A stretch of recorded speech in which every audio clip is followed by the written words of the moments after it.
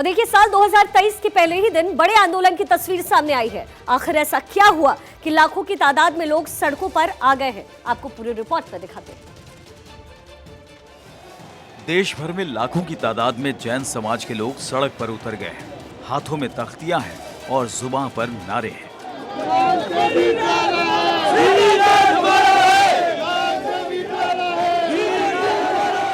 ये लोग जैन मुनियों के नाम के जयकारे लगा रहे हैं।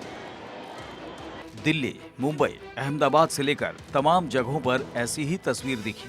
जैन समाज श्री सम्मेद शिखर तीर्थ को टूरिस्ट प्लेस बनाने के विरोध में आवाज उठा रहा है और शत्रुंजय पर्वत पर भगवान आदिनाथ की चरण पादुकाओं को खंडित करने को लेकर नाराज है, जिसके खिलाफ कार्रवाई की मांग की जा रही है।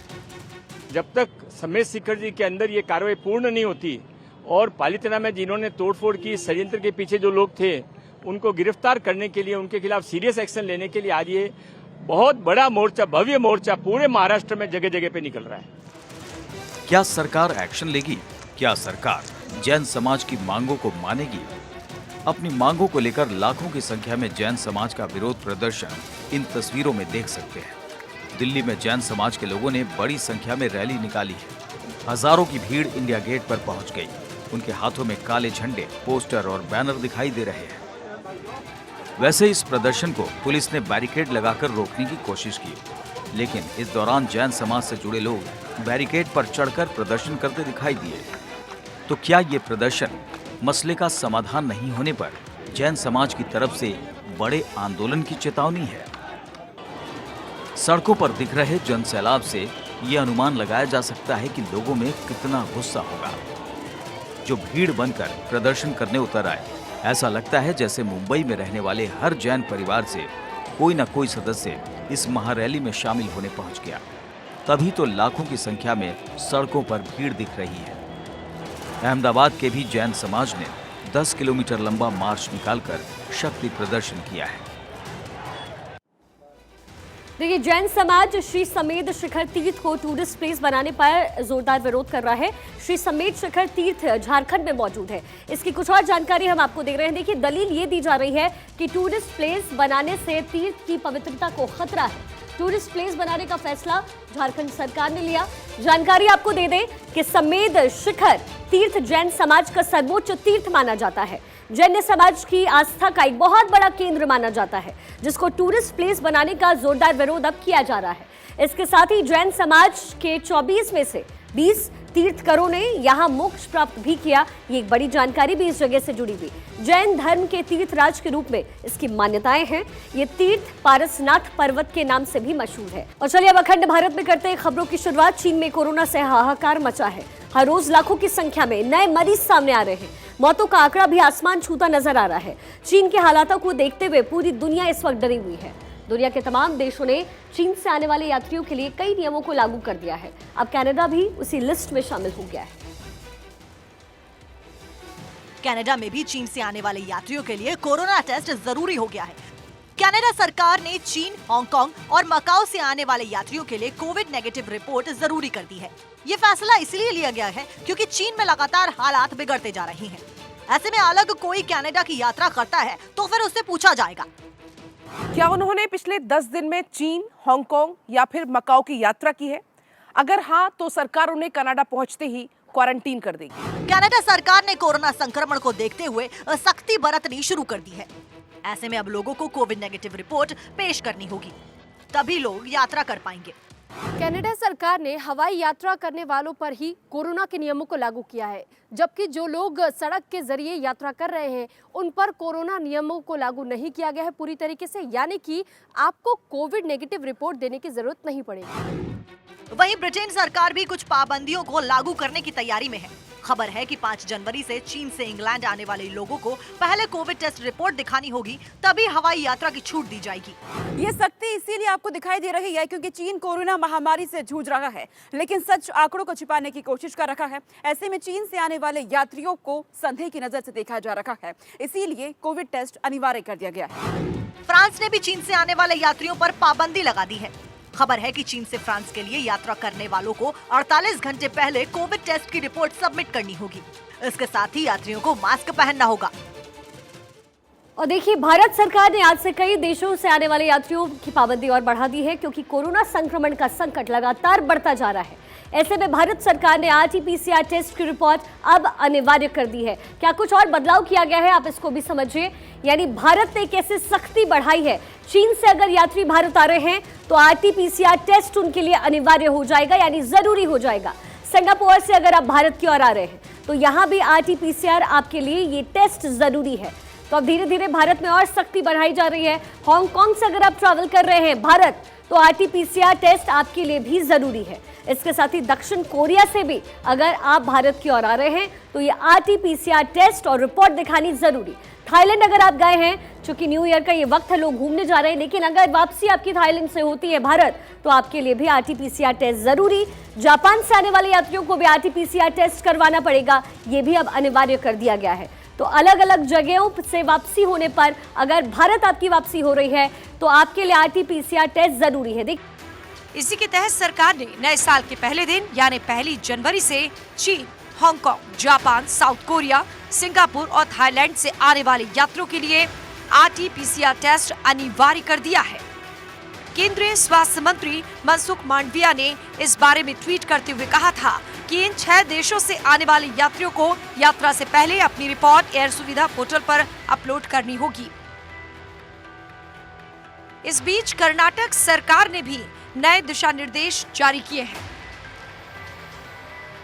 इन दिशा निर्देशों में कहा गया है कि अधिक जोखिम वाले इन 6 देशों से आने वाले यात्रियों के लिए 7 दिनों का क्वारंटाइन अनिवार्य है।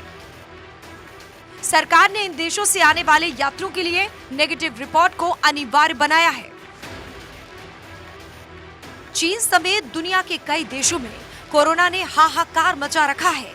भारत में भी कोरोना के खतरे को लेकर चिंता बढ़ गई है। ऐसे में सरकार ने लोगों से बूस्टर डोज लेने की अपील की है। उधर अदार पूनावाला के सीरम इंस्टीट्यूट ऑफ इंडिया ने केंद्र सरकार को कोविशील्ड वैक्सीन की 2 करोड़ खुराक मुफ्त देने की पेशकश की है। आधिकारिक सूत्रों के मुताबिक सीरम इंस्टीट्यूट में सरकार और नियामक मामलों के निदेशक प्रकाश कुमार सिंह ने स्वास्थ्य मंत्रालय को पत्र लिखकर 410 करोड़ रुपए की मुफ्त खुराक देने की पेशकश की है। कि राष्ट्रपति शी जिनपिंग ने न्यू ईयर के मौके पर देश को संबोधित किया और इस दौरान उन्होंने कोरोना के बढ़ते संकट पर चर्चा की और देश में बढ़ रही चुनौतियों को स्वीकार भी किया। ये माना कि चीन में कोरोना महामारी एक चुनौती से कम नहीं है, जिससे निपटना इतना आसान नहीं। शी जिनपिंग ने कौन सी वो बड़ी बातें कही जो आपके लिए जानना जरूरी है, आपको वो भी बताएं। उन्होंने कहा कि चीन कोविड के नए चरण में घुस चुका है। कोरोना से मुकाबला करना बहुत कठिन है चीन के लिए, ये बड़ी बात। साथ ही असाधारण प्रयासों से चुनौतियों पर जीत दर्ज करें, ये किसी के लिए भी आसान यात्रा नहीं है। साथ ही उन्होंने ये भी कहा कि अफसर, जनता, डॉक्टर कोरोना से इस वक्त जंग झेलती हुई नजर आ रही है। सामाजिक कार्यकर्ता भी लगातार अपना चीन में योगदान दे रहे हैं। तो ये बड़ी बातें न्यू ईयर पर शी जिनपिंग की तरफ से कही गई है। कोरोना महामारी पर चर्चा करते हुए उन्होंने कहा कि कोरोना महामारी को रोकना बहुत जरूरी है। दृढ़ता और एकजुटता का मतलब ही जीत है।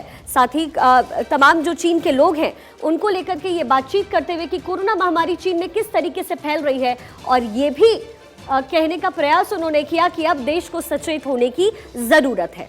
देखिए, चीनी राष्ट्रपति शी जिनपिंग ने क्या कुछ कहा। 2022 में उन्होंने कहा कि भूकंप, बाढ़, सूखा और जंगल की आग समेत कई प्राकृतिक आपदाओं को झेला है। अब एक बार फिर से कोरोना संक्रमण का खतरा चीन से जुड़ रहा है। चीन की जनता तड़प रही है। ऐसे में दुनिया भी इस वक्त चिंतित है, क्योंकि WHO ने भी चिंता जाहिर की है। और ऐसे में विश्व स्वास्थ्य संगठन यानी WHO के एक्सपर्ट्स और चीनी अधिकारियों के बीच कोरोना मामले, वैक्सीन, ट्रीटमेंट जैसे मुद्दों पर चर्चा शुरू हो चुकी है। हाल ही में बैठक में यह भी कहा गया कि चीन कोई भी आंकड़ा बिना छिपाए दुनिया के साथ साझा करे, और इस समय चीन में बढ़ रहे मामले तो चिंता बढ़ाते ही हैं, साथ ही उसका डेटा छिपाना और ज्यादा परेशान कर रहा है। और इस वजह से वहां कोरोना की असल स्थिति पता करना सबसे बड़ी एक चुनौती है। इसके बाद अब चीन के साइंटिस्ट WHO के एक्सपर्ट्स के साथ 3 जनवरी को एक मीटिंग करेंगे। इसमें चीनी अधिकारी जीनोम सीक्वेंसिंग का डेटा भी साझा कर सकते हैं। ये एक बड़ी जानकारी भी मिल रही है।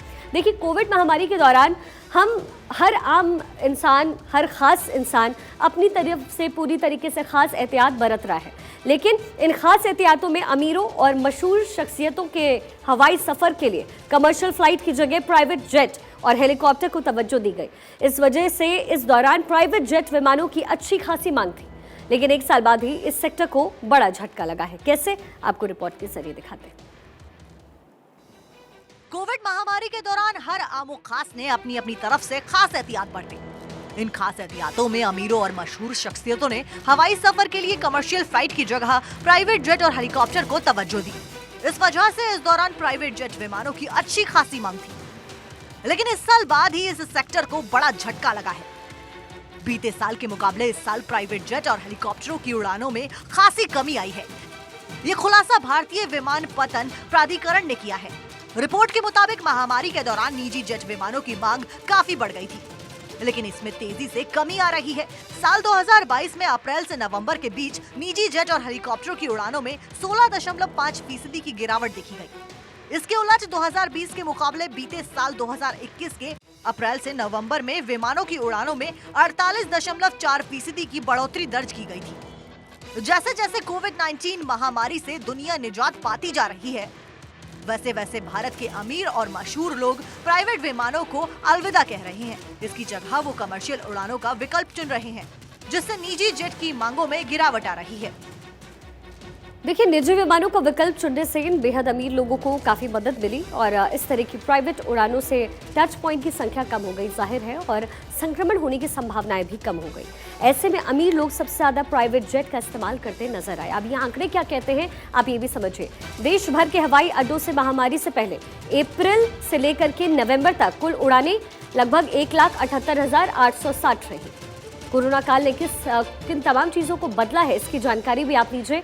अप्रैल से लेकर नवंबर 2020 तक कुल उड़ानें 1,28,180 हो गई। देश भर के हवाई अड्डों पर इसको लेकर के निगरानी की जाने लगी। अप्रैल से लेकर के नवंबर 2021 तक कुल उड़ानें हो गई 1,90,500, तकरीबन 80। ये बदलाव कोरोना को लेकर के देखने को मिला। अप्रैल से नवंबर 2022 में कुल उड़ानें हो गई 1,59,130 लगभग।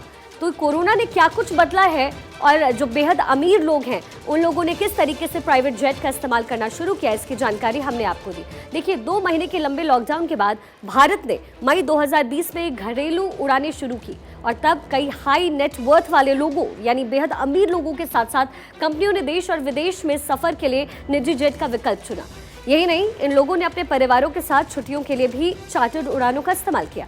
इससे निजी जेट और हेलीकॉप्टर ऑपरेटर ने अच्छा खासा मुनाफा कमाया और ये सेक्टर फला फूला। और चलिए अब खबरों के सिलसिले में और आगे बढ़े। बात जम्मू कश्मीर की। जम्मू कश्मीर में आतंकवाद की कमर तोड़ने का नया काम नए साल में भी लगातार जारी है और जब तक आतंकवाद का संपूर्ण विनाश नहीं हो जाता तब तक भारतीय सेना का ऑपरेशन खात्मा चलता रहेगा। 2022 में भारतीय सेना ने 186 आतंकियों को जहन्नुम भेजा, जिसमें 56 तो नापाक मुल्क के थे और अब घाटी में आतंक के खात्मे के लिए योगी मॉडल भी चलाया जा रहा है। कैसे घाटी में आतंक की कमर तोड़ी जा रही है, इस रिपोर्ट के जरिए आपको दिखाते हैं।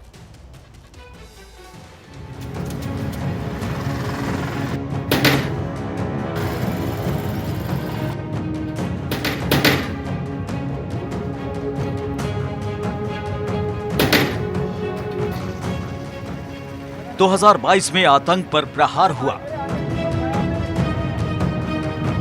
2023 में आतंक का संहार होगा।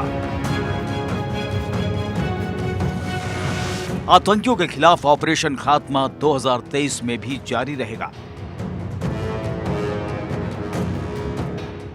अब वो दिन दूर नहीं है जब घाटी आतंक विहीन होगी। जम्मू कश्मीर में धारा 370 खत्म होने के बाद अलगाववादियों का फन तो कुचल दिया गया। अब अलगाववादी या तो जेल में हैं या घर में दुबक कर बैठे हैं, क्योंकि उन्हें पता है कि अगर पत्थर मारने की कोशिश की तो हमारा घर बुलडोजर से गिरा दिया जाएगा। उत्तर प्रदेश का बुलडोजर मॉडल अब जम्मू कश्मीर में भी लागू हो चुका है। कश्मीर के अनंतनाग में हिजबुल मुजाहिदीन के आतंकी कमांडर आमिर खान के घर पर भी बुलडोजर गरज पड़ा। यह एक्शन जम्मू कश्मीर में पैर पसारे आतंकवाद पर लगाम लगाने के लिए लिया गया।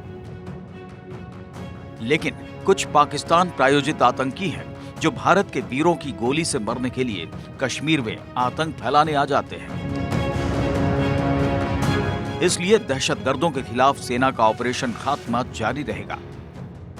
दहशतगर्दी का माहौल जो हमारे अवाम के लिए, हमारे लोगों के लिए, रोजमर्रा की जिंदगी के लिए एक कलंक के माफक बड़े लंबे अरसे से चल रहा है, उस फ्रंट पे बहुत बड़ी कामयाबियां हासिल हुई। बहुत सारे कामयाब ऑपरेशन हुए और उन ऑपरेशंस के चलते 186 दहशतगर्द, जिसमें 56 फॉरेन टेररिस्ट हैं, यानी कि पाकिस्तान से आए हुए, पाकिस्तान के रहने वाले दहशतगर्द हैं, जो लश्कर तौबा और जैश मोहम्मद के साथ वाबस्ता रहे, उनका भी सफाया हुआ। 2022 में 186 आतंकियों को भारत के वीर सैनिकों ने मौत के घाट उतारा था, जिनमें 56 विदेशी आतंकी थे। इस साल भी सेना आतंकियों पर उनका काल बनकर टूटने वाली है। पहले आतंकियों के रहनुमा उन्हें किसी तरह बचा लिया करते थे, लेकिन अब घाटी में हथियार उठाने वालों की शामत तय है। जो हथियार उठाएगा उसकी कब्र खुदेगी। अब ऊपर से सेना को आतंक का नामो निशान मिटाने के लिए खुली छूट मिली है। इसकी बानगी है आज नए साल के पहले ही दिन आतंकियों का ऊपर का टिकट काट दिया जाना। Bureau report, Bharat 24। और साल 2022 में सेना के पराक्रम से आतंक की कमर तोड़ दी गई। 2023 में आतंक का सर्वनाश तय किया गया और किस तरह से घाटी में सेना ने आतंक की कब्र खोदी, इसकी जानकारी भी आपको डेटा के रूप में देते हैं। देखिए, कुल एनकाउंटर 115 हुए 2022 में। आतंकी जो ढेर किए गए वो उनकी संख्या 186 थी। विदेशी आतंकी 56 ढेर किए गए।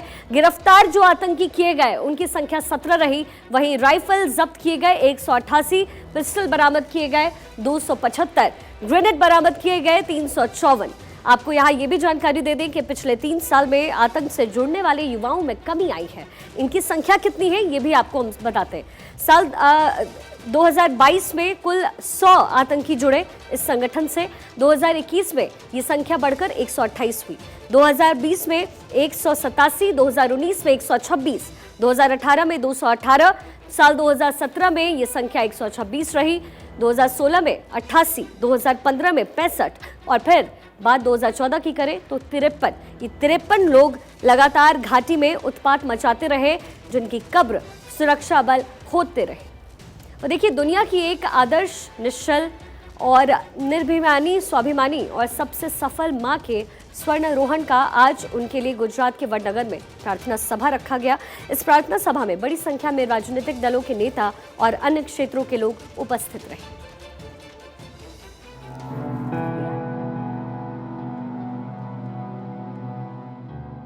आज पीएम मोदी की माताजी हीराबेन की याद में श्रद्धांजलि सभा आयोजित की गई। पीएम मोदी के जन्म स्थान वडनगर में प्रार्थना सभा आयोजित की गई। इस प्रार्थना सभा में बड़ी संख्या में राजनीतिक दलों के नेता और अन्य क्षेत्रों के लोग उपस्थित थे। वडनगर के जवाहर नवोदय विद्यालय में आयोजित प्रार्थना सभा में गुजरात विधानसभा अध्यक्ष शंकर चौधरी, केंद्रीय मंत्री पुरुषोत्तम रूपाला, राज्य के पूर्व उप मुख्यमंत्री नितिन पटेल, विधायक पूर्णेश मोदी और जेठा भारवाड़ और अन्य लोगों ने भाग लिया। आपको बता दें कि वडनगर के व्यापारियों ने भी हीराबा को श्रद्धांजलि देने के लिए शुक्रवार से 3 दिन के लिए बाजार बंद किया हुआ है। हीराबा का शुक्रवार को अहमदाबाद के एक अस्पताल में निधन हो गया था। हीराबा के त्याग और समर्पण से ही पीएम मोदी जैसा व्यक्ति देश को मिला, इसीलिए हीराबा का सारा देश ऋणी है। भारत 24 भी हीराबा को नमन करता है।